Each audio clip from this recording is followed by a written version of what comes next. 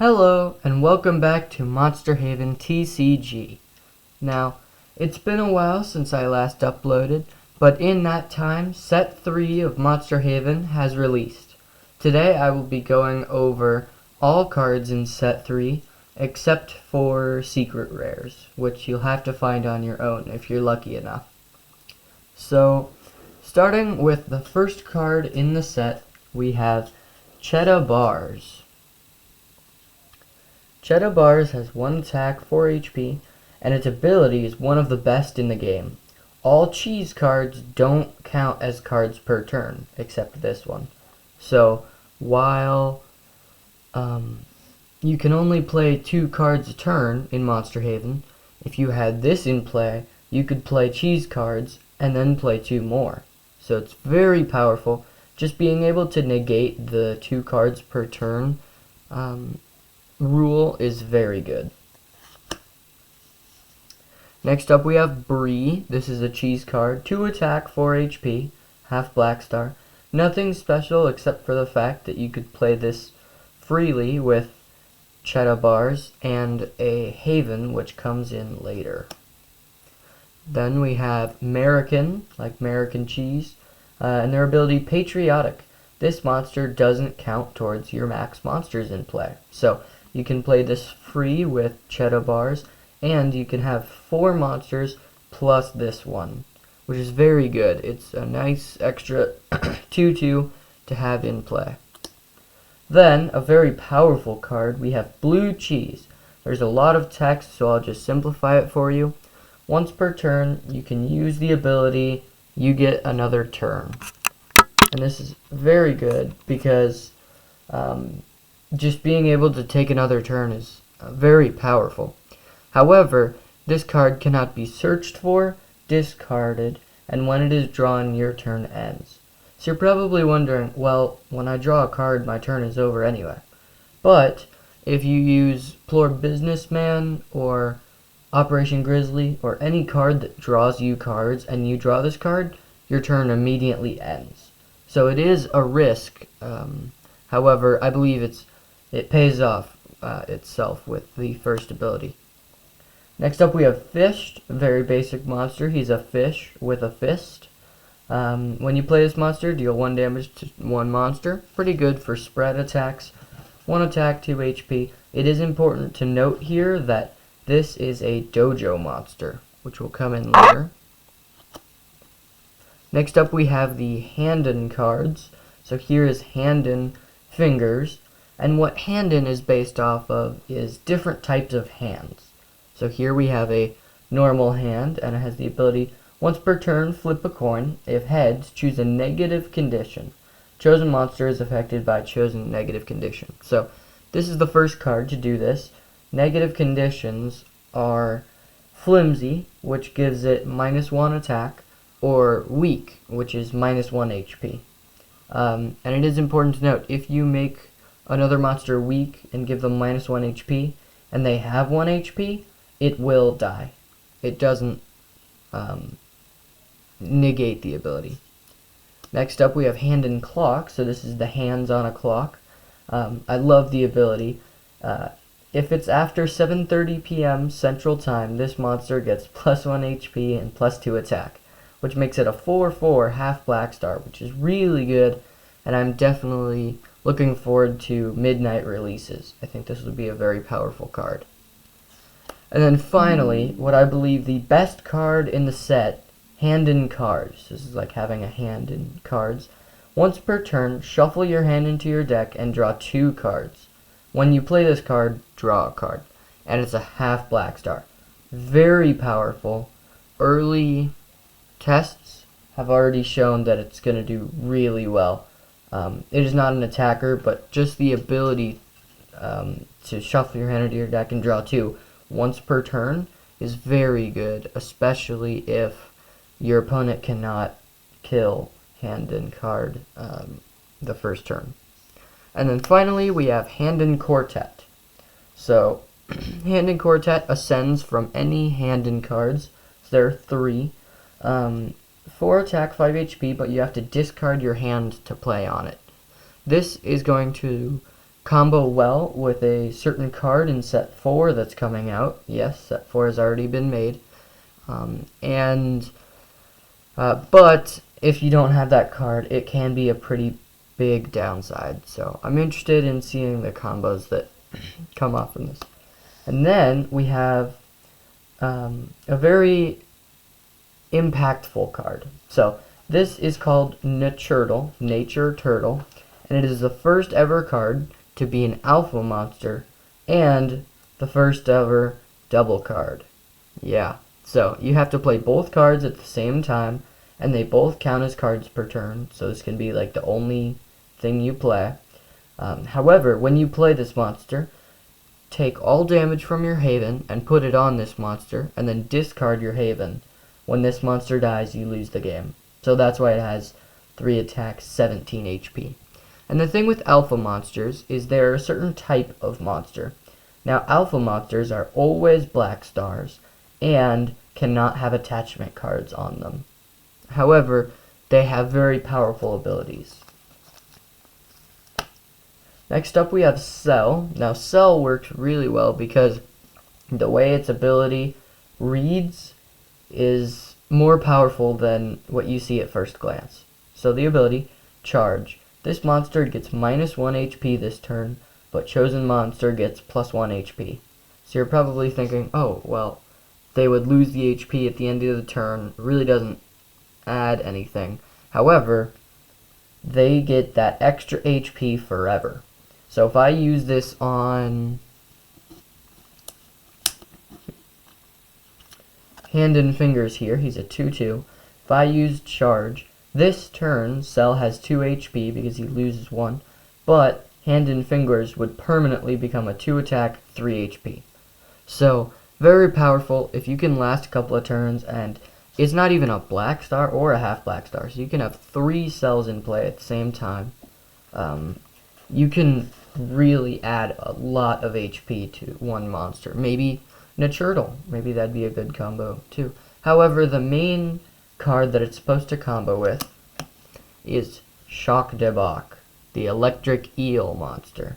Now, the ability, if you can't read it, it is not in my handwriting. This was a community-made card, positively charged. When this monster is charged by Cell, gain 2 HP instead of 1.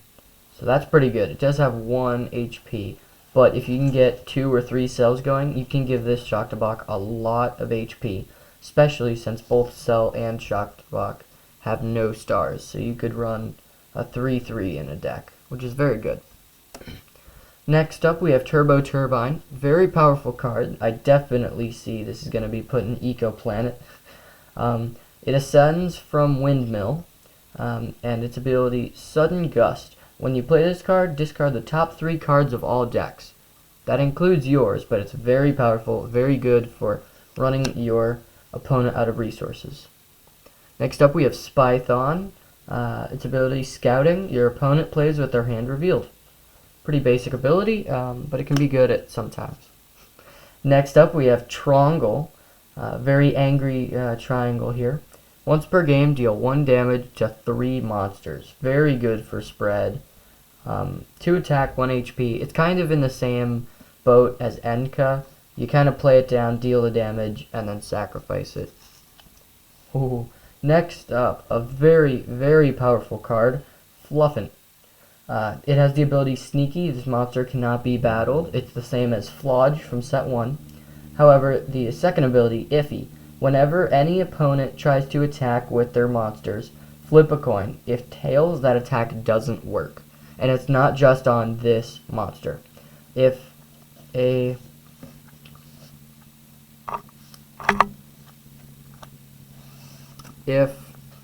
I had an Ooga Beluga and a Fluffant in play, and my opponent had a Trongle, they can't hit Fluffant because it has the same ability as Flodge. It can't be battled.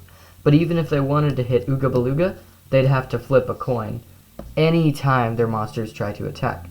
And in the same way that when Flodge is alone, your opponent can hit your Haven, if Fluffant was your only monster in play, they would still have to flip a coin to hit your to hit your Haven. So, very powerful card. I don't know, it might have to be banned. We'll see how it goes. Next up, we have Ooga Beluga. Good card. 2 attack, 4 HP, and the ability Chonky. This monster takes no damage from any card except for monsters' attacks. It's pretty much just like a better version of B-Rick. Yeah. Then we have Dither. Dither means like indecisive, you can't make up your mind, and I thought that was perfect for the ability. You may kill this monster, then force one opponent to kill one of their monsters. The most powerful this card's going to be is if your opponent has like a Spiralion and a Billy Bong. They have to sacrifice one of them, and it can be very good. It's just an insta-kill. However, they do choose, so if they have like a Flodge or a Dinglebumpus or something, you're not going to get much out of it. Ooh, next up, the first ever banned card in set 3, and his name is Ed. Attack and HP are both mystery, and the ability Everything. If you have exactly 17 damage on your Haven, and this is your only monster in play, you may choose to win the game. Discard 2 cards to play. So that is amazing. Had to immediately ban it because the ability is so good and doesn't even have stats.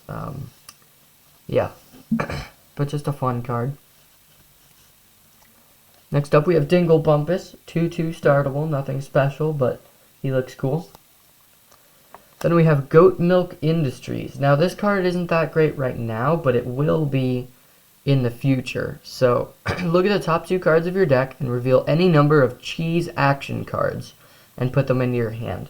This is not a cheese card, so your Cheddar Bars will not be able to play this card for free. However, it specifies cheese action cards, and right now the only cheese action card is More Cheddar. Draw a card.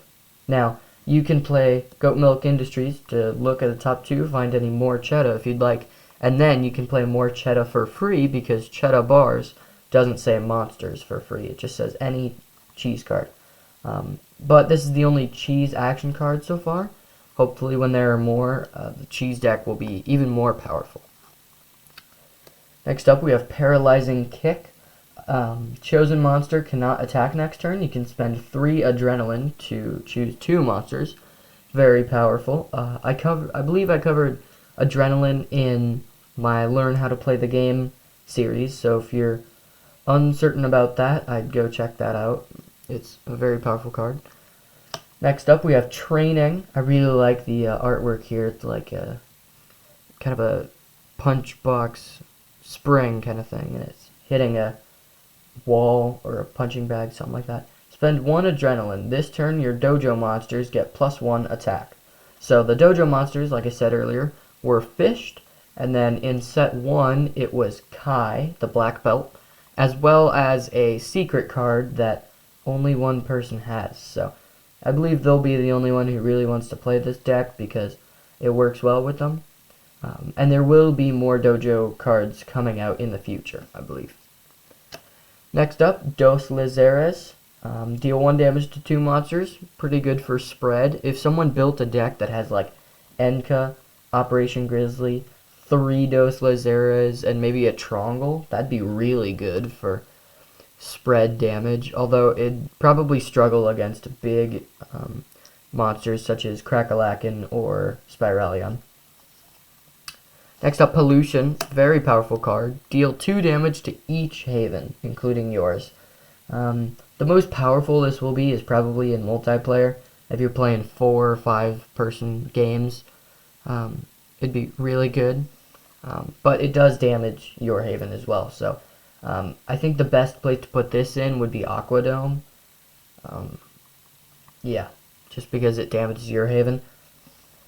Next up, Doorball. Chosen monster gets -1 HP. This effect cannot kill a monster. So, pretty good. It is -1 HP permanently, so it's pretty much just deal 1 damage to 1 monster. Yeah, pretty good. Ooh, next up, Lightning Bolt. Spend 5 adrenaline, kill a monster. So that's really good. Yeah, especially if you're running like an adrenaline deck, that'd be really good. Next up, First Haven Cottage Cheese. All cheese monsters in play get +1 HP, so that works with Brie. It becomes a 2/5. More Cheddar becomes a 1/5. It's pretty good. Dojo Master Dojo. All Kai, Fished, Coach, and Dojo Master monster cards get +1 HP, and then once per game, excuse me, you can gain 2 adrenaline. Very powerful. Coach is the card that has not come out yet, but I assume when it does, it'll be very good. Next up, we have Game Haven. Once per turn, flip 2 coins. If both are heads, choose a positive condition. All of your monsters are now affected by that condition until they die. So, positive conditions are the exact opposite of negative conditions. There's Strong, which gives you +1 attack, and Sturdy, which gives you +1 HP. So, very good. Giving all of your monsters +1 attack or +1 HP is really good, but you have to flip 2 coins. So, is it worth it? I don't know. Next up, we have Cargo Hold, a very interesting card, 16 HP. You may play a total of 3 cards on your turn. So this is a Haven. It's very, very good early game. However, I find that by end game, you're already out of cards. It doesn't really affect it as much, but I could see a very aggressive Cargo Hold deck that just like the first 2 turns of the game, they're dishing out so much damage and playing so much cards. Then we have 2 resources. Resources are cards that automatically do not count as cards per turn, so you can play 2 cards plus as many resources as you like. This one is Sell. Your Haven gains 3 extra current and max HP. This effect cannot be stacked, however, you can have multiple in your deck because it's not a black star. So, pretty good. 3 extra HP to your Haven is just really good. Yeah, and then the other resource is Knowledge. All players play with the top card of their deck face up. So, really good. The best deck this goes into is probably Eco Planet, just because seeing what you're about to discard can influence if you want to go that extra mile to discard your opponent's deck, or if you want to conserve your deck. So, that was every card in set 3. Thank you for watching. I've already started production on set 4, and yeah, hopefully you guys liked it. If you have any comments, questions, concerns, please feel free to ask anything. Yeah, I've been busy lately, however, I'm getting back into making videos, so it won't be long until I make more. Until then, hope to see you soon.